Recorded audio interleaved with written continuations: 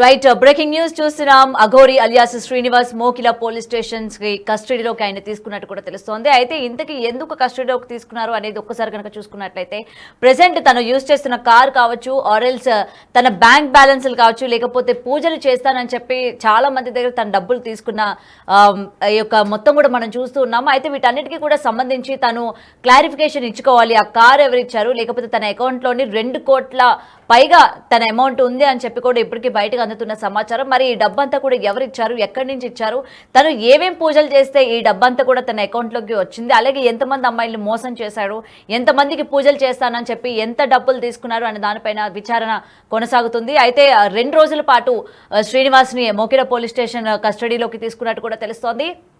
ఈ నేపథ్యంలోని మనం గతం నుంచి కూడా అందరూ మాట్లాడుకుంటూనే ఉన్నాం. అసలు ఈ కార్ అనేది ఎక్కడి నుంచి వచ్చింది అని చెప్తే పలుమారు సార్లు శ్రీనివాస్ మీడియా పరంగా కూడా చెప్పడం జరిగింది. తనకున్న భక్తుల్లోని ఒకరు వచ్చి అపారమైన భక్తితోని తను అట్లా స్టార్టింగ్లోని దిగంబర్గా తిరగడం వలన అట్లా మీరు తిరగడం మేము చూడలేకపోతున్నాము, సో మీరు అలా ఎక్కడికి పడితే అక్కడికి వెళ్ళకండి, అలా దిగంబర్గా తిరగకండి అని చెప్పి భక్తుల ప్రేమతోని కార్ అనేది ఇచ్చారు అని చెప్పి తను చెప్పుకుంటూ వచ్చారు. అయితే ఈ రోజు మొత్తం కూడా బట్టబయలైంది. ఆ కారు ఎటువంటి భక్తులు కూడా ఇవ్వలేదు. తినకి సన్నిహితుడిగా తమిళనాడులోని ఒక వ్యాపారవేత్త ఎవరైతే ఉన్నారో తన పేరు పైన ఆ కార్ అనేది రిజిస్టర్ అయ్యి కూడా ఉంది. అండ్ ఆ రిజిస్ట్రేషన్ పేపర్స్ కూడా మీరు బిగ్ టీవీ స్క్రీన్ పైన ఎక్స్క్లూజివ్గా కూడా చూడొచ్చు. మరి తిను ఎందుకు ఆ కార్ ఇచ్చాడు, తన అసలు భక్తుడు అని చెప్పి తిను ఎందుకు అబద్ధం చెప్పాడు, అసలు శ్రీనివాస్కి ఇతనికి ఉన్న సంబంధం ఏంటి అన్న విషయాలు కూడా ఇంకా క్లియర్గా తెలియాల్సి ఉంది. అయితే కస్టడీలోకి తీసుకున్న తర్వాత అసలు పోలీసులు కేవలం తన అకౌంట్లో ఉన్న డబ్బుల గురించి, లేకపోతే ఈ కారు వివరాలే అడగబోతున్నారా, లేకపోతే ఇంకేమైనా అడిగే అవకాశాలు ఉన్నాయా అనే దాని గురించి మనం క్లియర్గా తెలుసుకునే ప్రయత్నం చేద్దాం. రైట్, ఫోన్ ఇన్లోని ఆజాద్ అడ్వకేట్ని తీసుకుందాం. రైట్,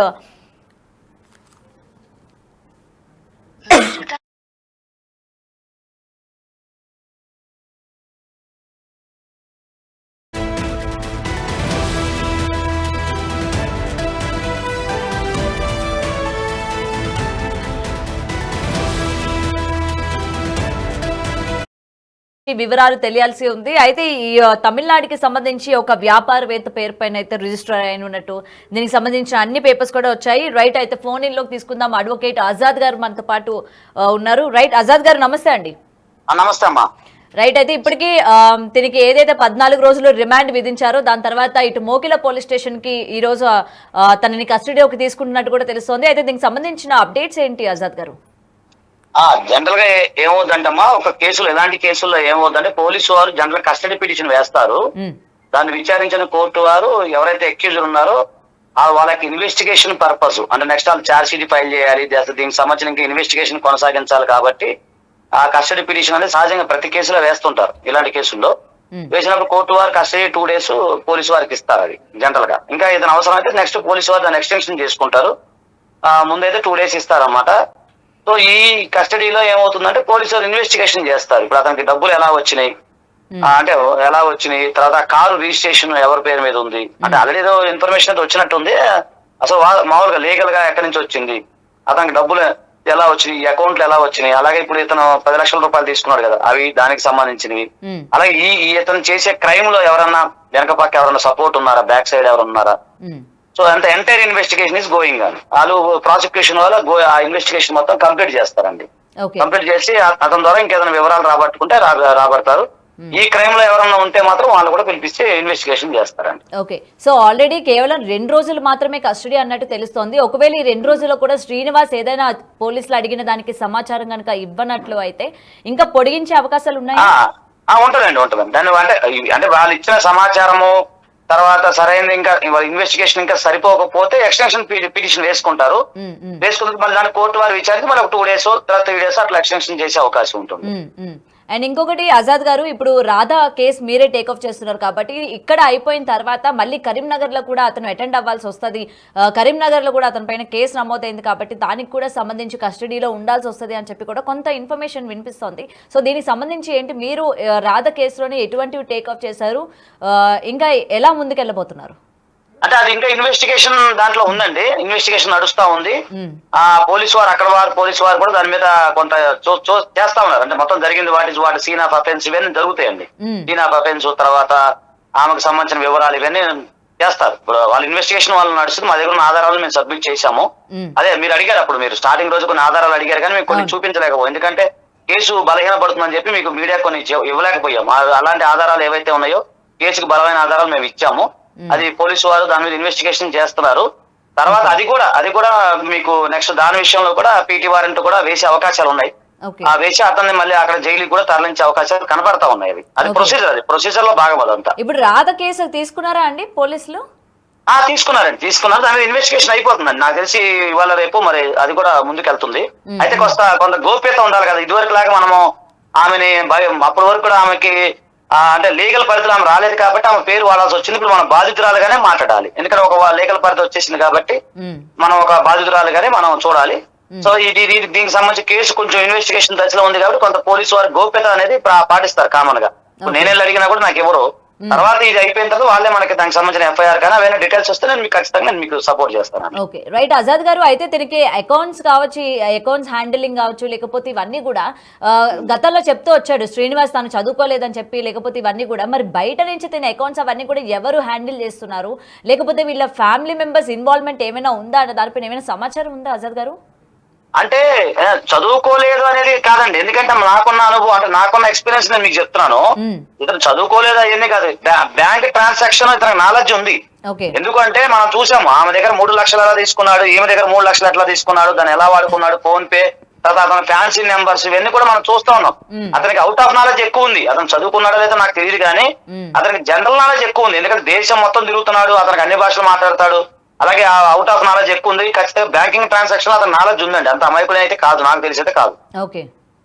దీనిపైన ఇంకా చేస్తున్నారు. ఇంకెవరో తమిళనాడులో సంబంధించి, అంటే నాకు తెలియదు, నిన్న మొన్న నేను న్యూస్ చూస్తే తమిళనాడులో సంబంధించిన ఎవరో ఉన్నారు పొలిటీషియన్ అని చెప్పి మీరే అంటే ఏదో ఛానల్ మొత్తం చూశాను. ఏ ఛానల్ నాకు తెలియదు కానీ ఏదో ఛానల్ లో చూశాను వాళ్ళు ఉన్నారని. తర్వాత ఇది ఎవరో పేరు మీద ఉందని చెప్పేసి, ఇది కారు వేరే వాళ్ళ పేరు మీద ఉందని చెప్పేసి. తర్వాత ఇంకొక విషయం చెప్పాలమ్మా మీకు. నాకు తెలిసిన సమాచారం మేరకు అంటే ఇంకా కొంతమంది బాధితులు ముందుకు రాలేదు. మనకు తెలిసిన బాధితులు ఎవరైతే ఉన్నారో వారు కొంతమంది ఇప్పుడు ఎవరైతే మేము కేసు మా క్లయింట్ ఎవరైతే ఉన్నారో వాళ్ళ టచ్ లో ఉన్నారు. సో వాళ్ళ పేర్లు బయటకు రాకూడదు, వాళ్ళు బయటకు చెప్పట్లేదు. వాళ్ళు చెప్పేది ఏంటంటే ఆ త్రిశూలాలు ఏవైతే 2-3 త్రిశూలాలు వాళ్ళే తయారు చేయించినట్టు. ఓకే, అంటే ఇప్పుడు శ్రీనివాస్ చేతిలో ఉన్న త్రిశూలం అంటున్నారా? అవునండి, త్రిశూలాలు ఇతను వేరే వాళ్ళ దగ్గర తీసుకున్నాడండి. తర్వాత స్టిక్కర్స్, ఆ కారు మీద స్టిక్కర్స్ ఇవన్నీ కూడా వేరే బాధితులు ఉన్నారు. దానికి వేరే బాధితులు కూడా ఖర్చు పెట్టారంట. అవి వాళ్ళు ముందుకు రమ్మంటే లేడీసేనా? లేడీసేనండి. లేడీస్ అంటే భార్యాభర్తలు అనేది తెలుస్తా ఉంది. అది అటు సైడేనండి, వాళ్ళూరు సైడ్. అది నాకు ఆ ఏరియా నాకు తెలియదు, కరీంనగర్ తప్ప పేర్లు అవి గుర్తురావు నాకు.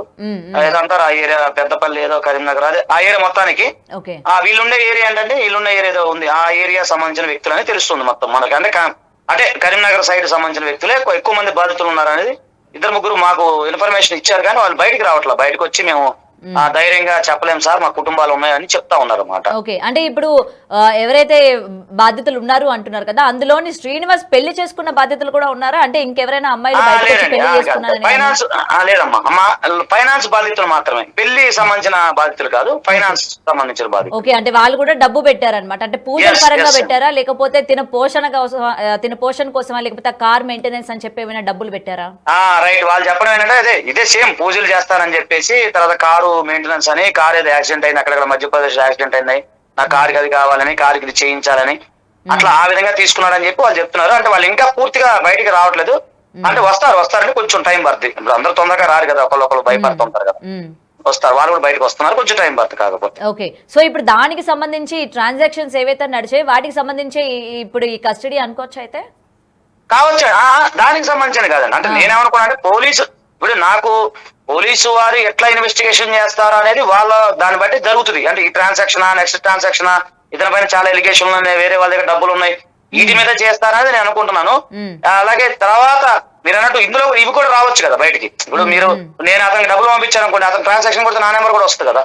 సో ఆ విధంగా మరి పోలీసు వారు నెక్స్ట్ వాళ్ళు ఎట్లా తీసుకెళ్తారనేది మనం వేచి చూడాలి. అది మనం ఎట్లా తెలిసింది, మనం వాళ్ళు ప్రాసిక్యూషన్ ఇన్వెస్టిగేషన్ అనేది మనం గెస్ చేసి చెప్పలేము. కాకపోతే ఒక ఎక్స్పీరియన్స్ అడ్వకేట్ గా నేను చెప్పగలుగుతాను, ఇది ఇలా జరుగుతుంది అని చెప్తాను, కానీ ఎగ్జాక్ట్లీ అనేది మనం చెప్పలేం కదా. ఓకే, సో ఇప్పుడు అందరూ కూడా వెయిట్ చేస్తున్నారు. ఇప్పుడు ఈ 14 రోజులు రిమాండ్ అయిపోయిన తర్వాత శ్రీనివాస్ ఏమైనా వదిలిపెట్టేస్తారా, లేకపోతే ఎటువంటి కేసులు పడతాయి, ఎన్నేళ్ళు జైలు శిక్ష పడుతుంది అని చెప్పి కూడా చాలా మంది దీని గురించి కూడా మాట్లాడుతున్న పరిస్థితి కూడా ఉంది. సో దీని గురించి ఏం చెప్తారు? అవునండి. ఇప్పుడు 14 అనేది జనరల్ 14 డేస్ అనేది జనరల్ రిమాండ్ అండి. ఏ కేసులైనా ఆనరబుల్ కోర్టు వారు 14 డేస్ రిమాండ్ ఇస్తారు. అంతమంది బెయిల్ రాదు. ఆ బెయిల్ వీళ్ళు వేసుకోవాలి. బెయిల్ వేసుకున్న తర్వాత కోర్టు వారు విచారించి ఎప్పుడైతే బెయిల్ వచ్చిన తర్వాత మాత్రమే ఆ షూటింగ్ సబ్మిట్ చేసిన తర్వాత అతను రిలీజ్ అయ్యే అవకాశం ఉంటుంది తప్ప 14 డేస్ తర్వాత మళ్ళీ ఆయన కోర్టుకు రావాలి. కోర్టు వాళ్ళు అటెండ్ అయిన తర్వాత మళ్ళీ ఒక డేట్ ఇస్తారన్నమాట. అది డేట్లు కామన్ గా పడతా ఉంటాయి. ఈ లోపల మేము మా కేసు కూడా ముందుకు వస్తే అక్కడ కూడా మేము అటెండ్ చేయించే అవకాశాలు ఉంటాయండి. ఓకే, మీరు రాధ చేత ఎటువంటి కేసులు పెట్టించారు అంటే ఇవన్నీ కూడా బలపడ్డానికి ఇటు తన ద్వారాగా బాధితులు కూడా ఉన్నారు కాబట్టి, మోసపోయిన అమ్మాయిలు ఉన్నారు కాబట్టి ఎటువంటి కేసులు పెట్టారు, ఆ కేసుల పైన ఎటువంటి చర్యలు అంటే ఎన్నేళ్ళు జైలు శిక్షలు పడే అవకాశాలు ఉన్నాయి, అంటే వాటి యొక్క ప్రభావం? అవునండి, మీరు చెప్పినట్టు ఇప్పుడు ఆల్రెడీ మేము గతంలో కూడా మీడియా సమావేశంలో మీరే ఉన్నారు, మీకే చెప్పాం, అందరికీ చెప్పాం. ఒక లైంగికంగా ఒక మహిళల పైన మోడెస్టీ ఆఫ్ ఉమెన్, లైంగిక దాడి, ఆర్థిక కారణాలు, బెదిరించటం, ఇవన్నీ కూడా ఉన్నాయి. సో ఇవన్నీ రీత్యా చూసుకుంటే ఇప్పుడు బిఎన్ఎస్ కొత్త చట్టం ప్రకారం అయితే 20 years వరకు జైలు శిక్ష పడే అవకాశం ఉంటుందండి ఒక మహిళ పైన. అవునండి, బిఎన్ఎస్ ప్రకారం చెప్తున్నా, కొత్త యాక్ట్ లో ప్రకారం ఒక మహిళలకు సంబంధించినవి ఏదైనా సరే అసాంఘిక లైంగిక కార్యకలాపాలు చేసినప్పుడు ఆ చట్టం ఏం చెప్తుంది అనేది నేను మీకు చెప్తున్నా. ఇప్పుడు ఇతనికి ఎంత శిక్ష పడతారని నేను కాదు కదా చెప్పేది, కోర్టులు ఉన్నాయి, ప్రొసీజర్, అదంతా పెద్ద ప్రొసీజర్ ఉంటుంది. బిఎన్ఎస్ ప్రకారం ఒక మహిళల పైన అన్యాయం చేసినా, చీటింగ్ అయితే 7 years 318, మిగతాది అమ్మాయి లైంగిక దాడులు ఇవన్నీ ఉన్నాయి కాబట్టి ఆ రోజు మీకు మేము అన్ని చెప్పాము ముందే.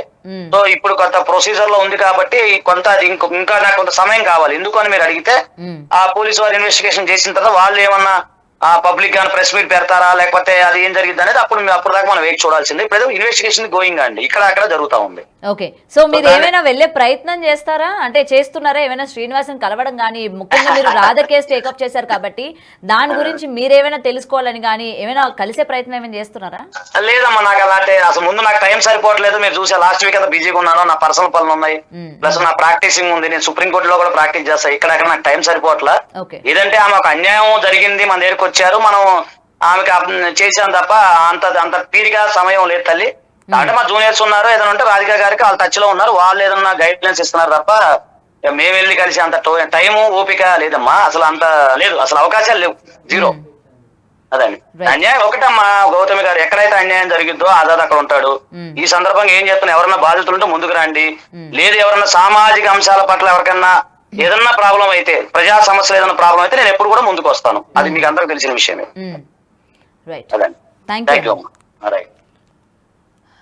రైట్, అయితే విన్నాం కదా, ప్రెసెంట్ ఇటు 2 రోజులు కస్టడీయే కాకుండా అటు కరీంనగర్ లోని ఎక్కువ శాతం శ్రీనివాస్ బాధితులు ఉన్నారని అయితే చెప్తూ ఉన్నారు. అయితే ఇది కేవలం దీనికి డబ్బు ఎవరెవరు ఇచ్చారు అంటే ఇటు పూజల పేరుగా కావచ్చు, లేకపోతే తన కార్ పాడైందని, లేకపోతే పెట్రోల్ అని చెప్పి, ఇలా ఏవైతే కార్ పేరు చెప్పి కొంతమంది దగ్గర అంటే భక్తులు అని చెప్పి ఎవరైతే వస్తూ ఉన్నారో వాళ్ళ దగ్గర కూడా డబ్బులు తీసుకున్నారని కూడా చెప్తూ ఉన్నారు.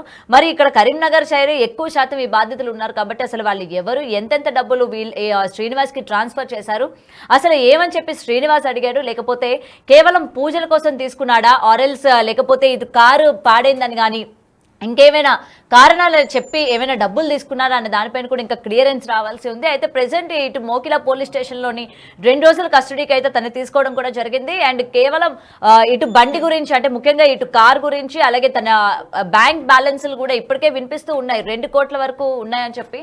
సో వీటన్నిటి గురించి కూడా విచారించిన తర్వాత అసలు నిజాలు ఏంటన్న విషయాలు పోలీసులు తెలియజేస్తారు.